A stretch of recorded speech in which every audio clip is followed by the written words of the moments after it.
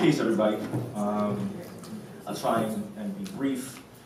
Just a quick sort of introduction of myself beyond what's in the program guide here. You know, before my transition into bureaucracy, I started out as I spent a long time as a organizer on the ground in the city of Buffalo, working on everything from voter engagement to housing quality issues to then energy efficiency and renewable energy work. And then I got scooped up by Erie County government to help kind of give some direction to some of their commitment to stronger communities and economic development through renewable energy projects. And so in 2013, Mark Poloncarz, the county executive, issued 2 policy briefs, one which was called Initiatives for a Stronger Economy, and followed by Initiatives for a Stronger Community. Both outlined his desire to help strengthen vulnerable, the infrastructure, social support infrastructure for vulnerable families, as well as create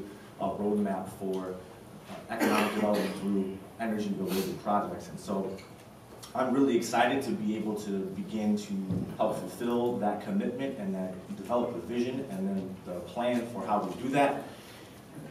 We have a really unique opportunity in Erie County as a lot of developments are coming together around both energy and the broader development community is being mobilized to put lots of money on the street to help facilitate that vision.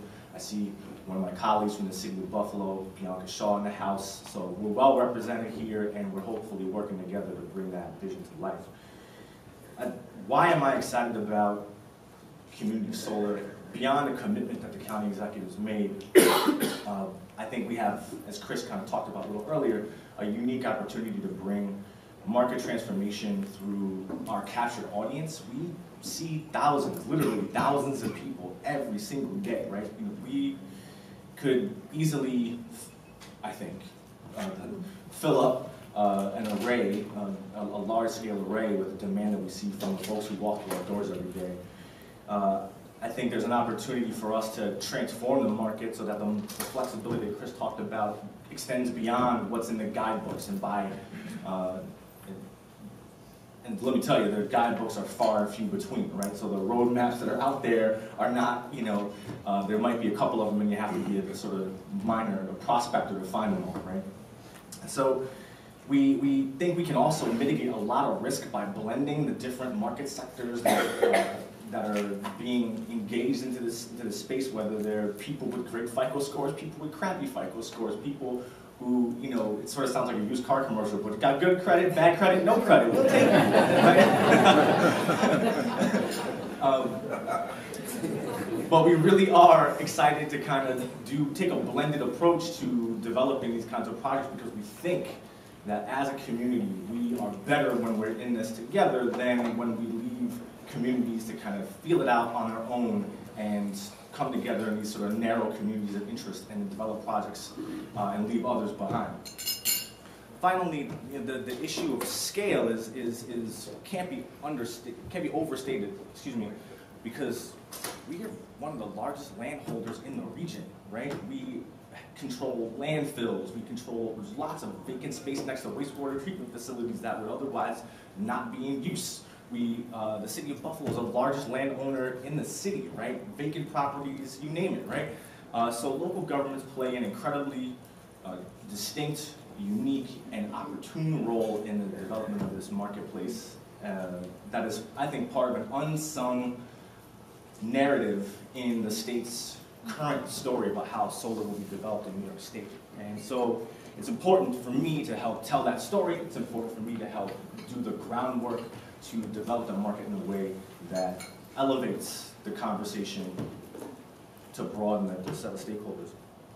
What am I sort of challenged by? I think Chris also talked about some of that as well, right? We have some permitting and sizing issues, right? We want to respect our natural resources. We are dead set against using parkland for this sort of stuff. For solar, there's a big conversation around solar development and the displacing of both green space in terms of agricultural resources. We're a big farm country in some parts of Erie County, but we have lots of park space that the county controls and maintains that we do not want to displace for solar development. And so these are sort of, to the value challenges, really important questions that we're wrestling with. More specifically, on the low-income sector, we were recently funded by NYSERDA to develop a sustainable energy project that's anchored in bulk natural gas and home heating fuel purchasing, but extends into the development of things like community solar. We want to tackle this market sector challenge head on. We are really interested in wrestling with the big ideas around not only who we go after, but how. So when we talk about low-income folks, Chris raised a question around, can we create a space for people with low credit, right? Well, I say, do we have to use FICO scores as a way to underwrite these projects, right? We're really talking about, does the money work, right? We will be an anchor tenant. We just started inking deals on our first PPA, which will only be the beginning of our investment in solar, and we hope to transition into further solar adoption through projects like Community Shared Solar, where we act as anchor tenants to help, again, mitigate the risk that financiers see when they're approaching large-scale, low-income solar, community shared solar access. So the point there, I guess, is that we're willing to be a sort of leader in putting our best foot forward and demonstrating that the risk that developers and financiers perceive might just be all in your head, right? Might just be completely mythological, because at the end of the day, I think, when Jackson Morris, who some of you may know, was still at PACE Center for Climate Energy, said, we've got 50 years of utility data that says poor people pay the damn bills, right? Why are we not using that as a way to determine their financeability in this particular space, when all evidence that we have says that the traditional financing mechanisms that we use don't work for poor people? And that's not just at the sort of solar level, that is at the macroeconomic level. Our financing mechanisms don't generally work for poor people who are structurally marginalized from participating in the dominant economy. The last thing I guess I'll say in terms of wrapping is that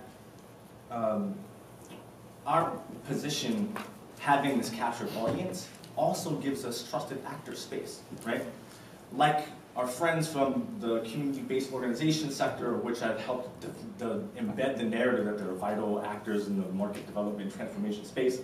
Love them to death. Some of y'all are in the house. Peace. Can't wait to see you, shake hands, and hug when we get off the stage.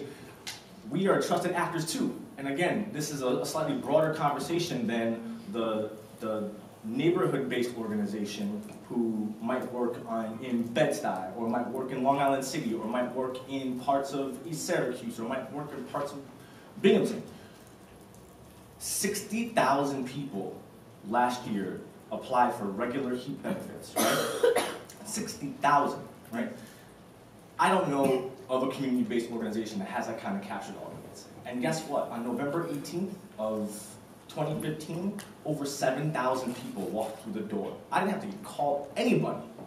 I had to call anybody. 7,000 people walked through this door. And so we hope to use that captured audience and our trusted actor space as a service provider to leverage that into engagement possibilities to help reduce customer acquisition costs, to help then funnel them into a very clear program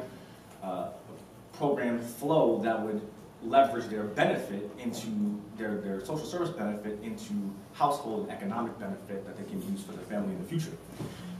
So with that, I'm really excited to tackle those challenges, but also begin thinking about other models that Chris talked about. The flexibility is going to be hugely important in our thinking. We're still early in the road, but we've also been aggregating natural gas and electric demand for municipalities around Erie County for over 20 years. So I think we have a good foundation for thinking through some of the challenges and then moving forward with a great program that could help bust the door open.